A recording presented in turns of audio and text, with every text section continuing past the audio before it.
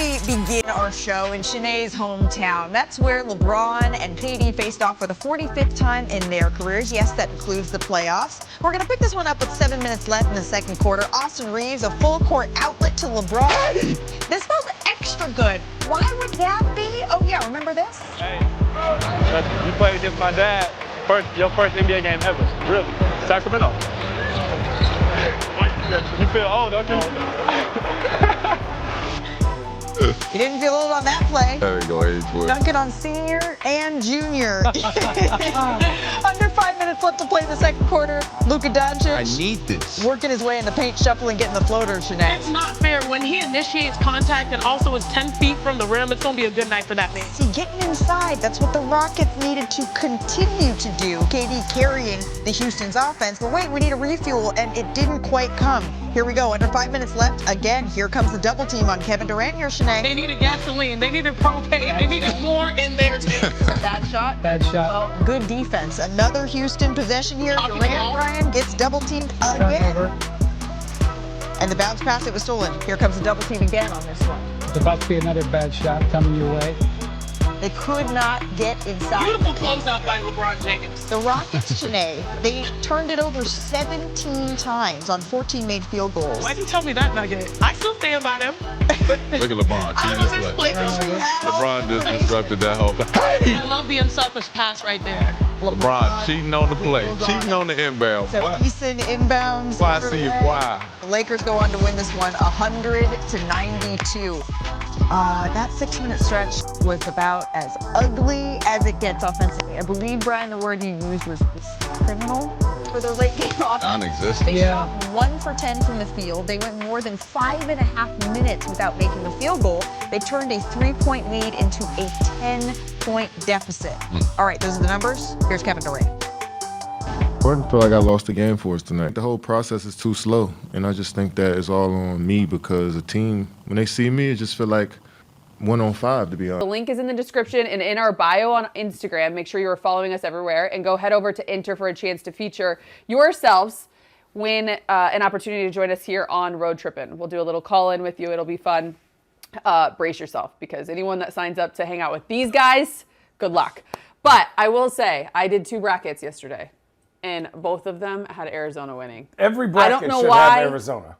Every bracket should have Arizona.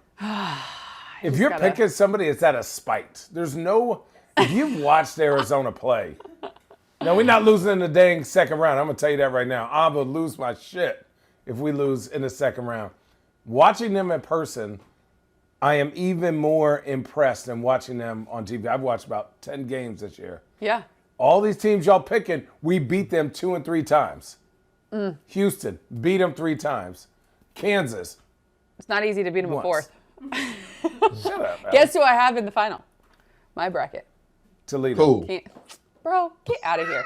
However, 2 teams, if I'm not mistaken, from the MAC are in. Miami and Akron. Right. Akron I'll give you beat that. our Toledo men at the buzzer in Cleveland, actually, in the MAC championship. Having said that, Arizona and Kansas I have in the finals. Okay. Anyways, just join the challenge. We want to experience it all with all of you. It's fun. It's a good time. Make sure, I believe, it have to be submitted by Thursday, 10 a.m.? Yep. Thursday, 10 a.m. That's the playing game. All right. Yes, they get to join us. Thanks for listening, Christian. All right, let's dive into the NBA. Did you guys catch the games last night? Yes. We're going to start with Lakers at Rockets. After beating Denver in an absolute thriller over the weekend. Can I actually just get your reactions to that? The missed intentional free throws, but the angle, Austin Reeves. Like, the diving on the floor from LeBron, just the competitiveness outside of an off night from Jamal Murray. The Lakers got a certain type of synergy going on right now. And I don't want 9 of their last 10? Yeah, I don't want people to take this as disrespect. It's unfortunate because their ceiling is second round, and the only reason that it's second round is because they're going to have to face one of those top 2 dogs in the Western Conference. And I just don't. But outside of that, I would sit up here today on Road Tripping and say that the Lakers are the 3rd best team in the Western Conference, in my opinion. Well, duh. That's where they're at. No. But see, Ali, you on the same bullshit the airport As the airports. I'm sorry, I'm kidding. But what I'm saying is, it's like right now, if they matched up with Denver in the first round, I would actually take the Lakers. If they matched up with Minnesota in the first round, I would take the Lakers. They have found their stride. They have been playing well. That Marcus Smart leading the charge defensively. I think they've been like top 15 over the last since the All-Star break. And so JJ been coaching his ass off. Unfortunate, they just got two like fucking Rockwallers that they're looking at in the Western Conference in the Spurs and OKC. Elia, Alley Airport. Come on, bro. Oh, Lord. I'm just kidding. That's hilarious. No, I'm saying, I think when you have like a guy like Luka and even Austin Reeves and Braun, obviously, they are like, yeah, let's get this regular season over with. But when you say, hey, I need you to sprint, or we're going to simplify everything we're doing defensively, I just need you to turn it up. And to me, knowing JJ a little bit, I could see him throughout the year putting them in uncomfortable situations so that they have film. Not really, I don't want to say not worrying about their record, but being like, even if we lose, we're going to get a lot of film here and we could address issues that we need. Reference points. And so now when you go to Braun, and here's the true thing, and Perk knows this, so do you. After that All-Star break, and he's like, hey, you have 20 games left, 15 games left, he a different dude. Yeah. He turns into a very different human being. And, you know, I assume Luka is just like that.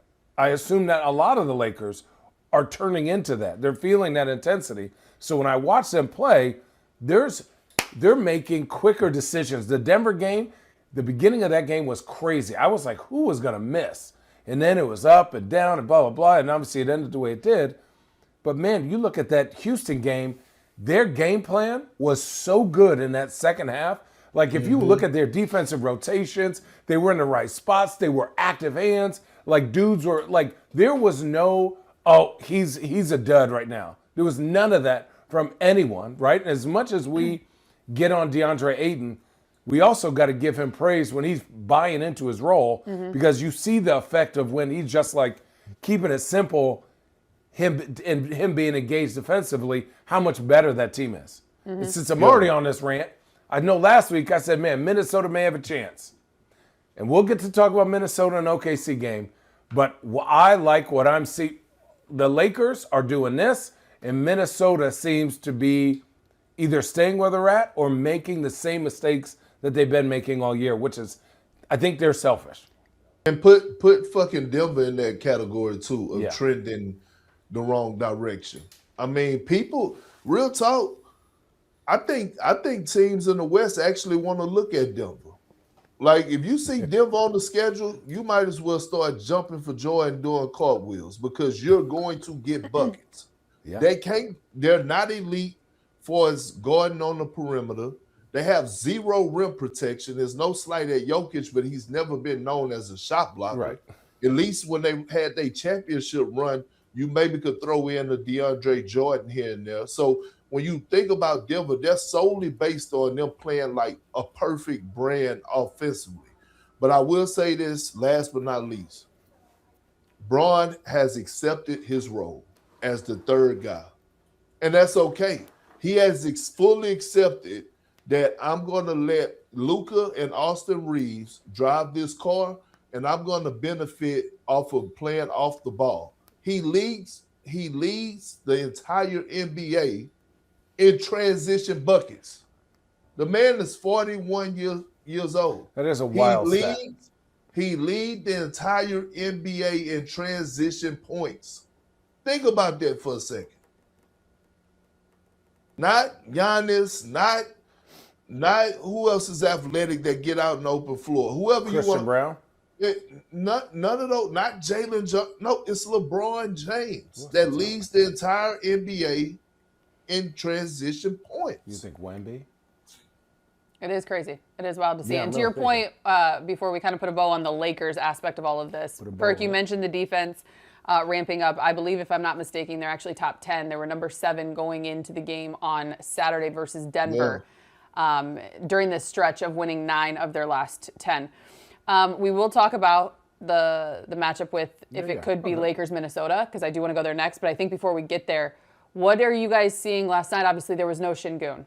What are you seeing with the Houston Rockets, who the Lakers and Rockets play yet again on Wednesday? So it's a mini little playoff series, and that will be for the tiebreaker. They're tied at 1-1 right now on the season series. So I rewatched like a lot of the clips of like, obviously KD had 7 turnovers and this and that. Where KD, and this is getting very specific, where he is catching the ball, the Lakers defense is pushing him to half court. He's starting the offense near the logo, near the center court. He needs to take his time and get closer so he can make quicker passes. He's making very nonchalant passes, and everyone's standing just watching him. And this is kind of how KD plays without Şengün, and this is why the offense stalls out. Yes, KD is going to score for you, but KD's not gravitational like a Steph or a Clay or even a Colin Knipple, where they're moving a bunch without the ball. And they both have their strengths and weaknesses. But if KD's going to go out and start playing one-on-one, I'm doubling, triple teaming them too. Make someone else make a play. And they're not confident in their shot. And when you don't have Şengün, who's really another playmaker for them, it's hard for them to like get in spaces where they can shoot the ball where there's not a defender. So by the time KD makes his pass, doesn't get deflection for sure, and then now somebody else catches the ball, and then the Lakers are back rotated.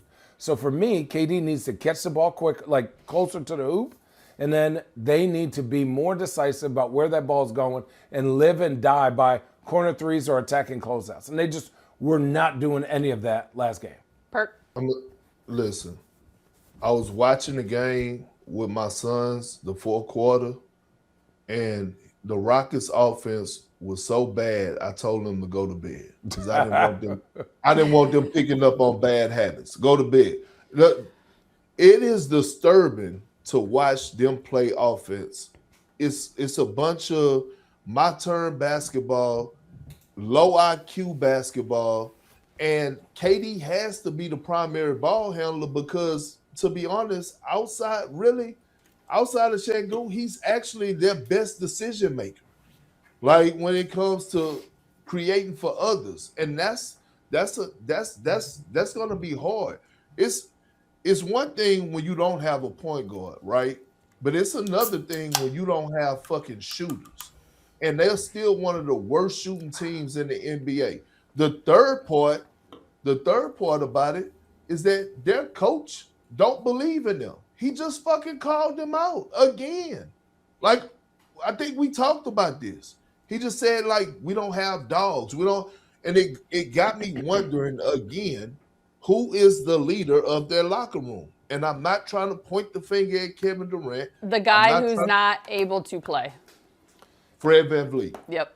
Yeah, but dude, I don't believe that. There has to be I know, room. I know, I agree, but I think that's when you're sitting here asking what's missing, whose voice is missing. And this is the thing last night. You watched last night. I've covered a couple of them for Prime. He is so active and engaging on the bench, but you're right, Perk, like you still need that person that's between the lines, that it might not just be the voice, but someone that's actually going to take control when it matters. And the reality is that guy is on the bench. Can I ask this question? Do you think that the young stars that Houston has think that KD came in there to elevate them, or to be like, y'all need me, and then you're not as good without me? Do you think they think that? Because if I was a young here, and this is just what I'm saying, they were second in the West last year. KD comes to that team, and says, "Yo, run your offense to me. I'll take you to the promised land, whatever." And they're like, "Do we really need you like that?"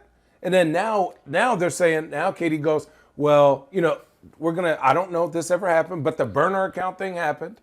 And he's like, "You know what? Maybe I just need to sit in the corner." Like, that seems very passive aggressive. You know what I'm saying? Maybe I just need to, let them dribble the ball more. Like, if I'm a player on Houston, a young guy, I'm going, dog, I was second in the West. We were second in the West without you. And you came here.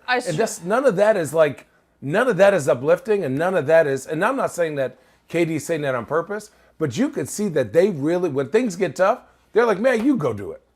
You go do it." And that's a bad chemistry sign that I see. They don't pick each other up like that unless things are going well. When things go bad, they're like, "All right, well, you do it. You take care of it." They're Who's your glue guy? Who's your connectors? Yeah. They definitely not having team dinners. I tell No, you that. hell no. You could tell. You could, like, it's no after the game, after practices. You could tell everybody go their separate ways. It's no kind of camaraderie hangouts. Nobody's pulling them together to do shit. And again, I'm just looking at it overall, and I go back to the trade deadline. It's like the Rockets put out there publicly that Amen Thompson and Şengün is untouchable. When you got Giannis on the table, was that the right message to really be putting out there? They're untouchable. When you got Giannis, like Giannis with the Rockets, all of a sudden he becomes that Batman, and KD could be the Robin. That's a dangerous Robin. I would say 1A, 1B, right? Because Giannis, the way that he applies pressure,